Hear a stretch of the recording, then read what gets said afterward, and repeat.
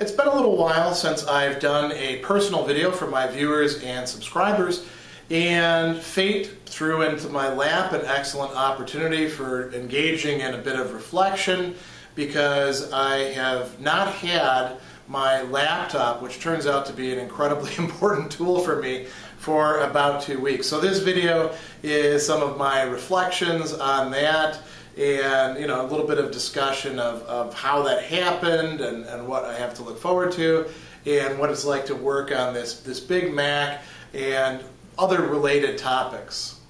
So about 2 weeks ago, just after I finished up going to our Shut Up and Write session here in Milwaukee, where I had my laptop and I was working, I think, on a blog piece having to do with Socrates and Epictetus, some interesting Stoic stuff. I noticed that the battery wasn't charging on the laptop, and so I thought, well, that's a little bit weird, and it said service battery, so I thought, okay, I better look that up. And then things just started unraveling from that point on. It was not booting up properly. When you boot up on an Apple, you see that little line go. Maybe it does something similar on Windows. It's been so long that I don't quite remember. And it would get stuck. And then I went to my iPhone. Fortunately, I had a recourse. And I look up, okay, what do you do then? And I tried this technique and this technique that involved holding different buttons down and restarting it. And we tried just about everything. Fortunately, I did get it to reboot on some occasions, but it wouldn't stay on. It would freeze up, and then I'd have to reboot it again. And then sometimes it would take several times before it would reboot. And then at sometimes I could never get it to reboot unless I left it alone for hours at a time. So it was clear that there was some sort of problem. Once I got it to actually stay rebooted for a while, I backed up everything. It's a good thing I did, since I hadn't backed anything up for a long time. Lesson learned. I'll talk about that in the reflections part. And we started doing some deeper digging, ran a whole bunch of antivirus, updated this, updated that, made sure that we did all the disk things that you're supposed to do, all the recommended stuff, and it was still having trouble. So now it's time to actually talk to the Apple Store. We made an appointment. I brought it in. By this time, we're talking about 4 or 5 days of the computer just not being useful, and my getting the work done that I needed to get done either on the iPhone or on our Big Mac here, which I was fortunate that we had. There's a whole story about that I'll tell in a bit. And when I took it into the Apple Store, something really weird happened. So we go to the tech, and he's working on it, and they have all sorts of really cool, mid-level diagnostic stuff that you just don't have access to as a user. And he's, playing around with it. Sure enough, the battery is shot. They can tell that right away. And there was something else, a video linkage thing that was flagged as potentially problematic. So they try to run diagnostics on it, and lo and behold, the machine, at every opportunity, sort of resisted having diagnostics run on it. And it would freeze up. The diagnostics themselves would freeze up halfway through. And we tried about 5 different things to check this out and check that out. And now we're starting to talk about cost and replacements and all those sorts of things. And I'm thinking, oh, great, that's going to be a big problem. And I'm starting to get a bit, glum about it. I was already getting a bit depressed not being able to use the laptop effectively, and thinking what might be going wrong with it. So now the verdict is we're going to have to leave it there and have them do deep level diagnostics. They got to take it in the back and do whatever magic the Apple people do. And they'll figure out, whether it's a hardware problem or a software problem. If it's a software problem, no big deal. They just uninstall, delete, get rid of everything and redo it. If it's a hardware problem, now we might have some real issues. And so I leave it there, and a day passes, another day passes, And now we're like, well, what is the deal here? What's going on? And we start getting, a call from, we start trying to call the Apple people, but we end up getting Apple Care because the phones are not working right at the Apple store that we're going to. So it's a lot of, back and forth, a lot of hours consumed with this sort of thing. But long story short, this machine is just giving them all sorts of trouble. Reading between the lines, they're still not able to figure out whether it's a software problem or hardware problem. Just, we know the battery's shot. But the battery can't be replaced just by itself. It requires replacement of other stuff as well. And long story short, I go, basically a whole week without a laptop, go to our family reunion, can't do any work during that time remotely except on my iPhone. And we get back and find out, I have to go into the Apple store to actually find out that what they're going to do is replace the whole thing. I think essentially they must have at some point given up on it and said, we can't actually get to the bottom of what's wrong with this one. We're spending a lot of hours on doing diagnostics. And so the good news is that I'm going to get a refurbished laptop pretty cost effectively. The bad news is it takes 1 to 2 weeks for that to come in. This is the end now of week 1, a business week, from Monday to Friday, that I haven't had the laptop and I'm just waiting around to find out what the deal is.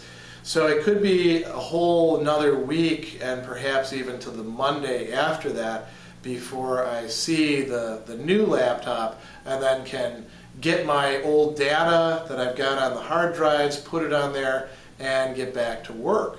But that's actually, good news, bad news. So it's up to me to learn how to adapt and work without the laptop, using this Big Mac and this little tiny keyboard here that doesn't work quite so good for my big old fingers. But is very effective, and I've got some good experience in using it in the past, and it's the one that I do all my video editing on anyway. So that's actually not bad, but it is going to be a bit of a time, and it's going to be replaced, pretty cost effectively. So that's actually good news. And then it's essentially a new machine with a little bit more juice under the hood than the previous version. So actually, when you think about it all told, although there's some real inconveniences, it's turning out not so bad. Although being the realist that I am, I do want to wait until the very end when I have the machine in my hands and everything works properly and all my data is there, back in place, and I'm back to work at full efficiency before I say that everything is great. But that's the story so far. Now, here are my reflections, the things that I've learned through going through this experience. The first one is I am super dependent when it comes to writing and doing quite a few other things that are important for the line of work that I'm in on having a laptop. If it's not working right, that affects my mood, that makes me anxious about things, that makes me a little bit more susceptible to getting down about things or irritated about things, and that's not good. So that's all stuff I need to work on, independent of having a laptop or not having a laptop. That's a sign that I need to be doing the kinds of exercises and other things that I do in terms of thinking about emotions and all that for myself. The other thing is, though, really there are quite a few things that can be done on a desktop computer that are more difficult for me to do. This doesn't mean that they're more difficult per se, but writing, say the kind of blog writing that I do, or writing for books, or even writing emails is just not as easy for me on a keyboard this size. And I'm not quite sure why, because the laptop is really the same keyboard, but there's something about the way it sits in my lap or is configured that I end up, with the laptop, I don't end up, hitting the wrong keys, but somehow I do on this. So that's good for me to know. I also realize how convenient it was not to be tethered to a desk. And this is from somebody who for years and years and years didn't have a laptop. As a matter of fact, I had a desktop, I would say, well, let's see, my first computer I got in like, 1991, because my freshman year of college I actually used a typewriter the entire time. And then my friend Ed, who has his own computer company, thankfully suggested to me I needed to get with the times and get a computer, and he helped get me set up with that. So from 1991 all the way to 2008, when I was issued a laptop at my job at Fayetteville State University, all that time I was using a desktop, and I actually kind of looked down on people with laptops as being a little hoity-toity and pretentious.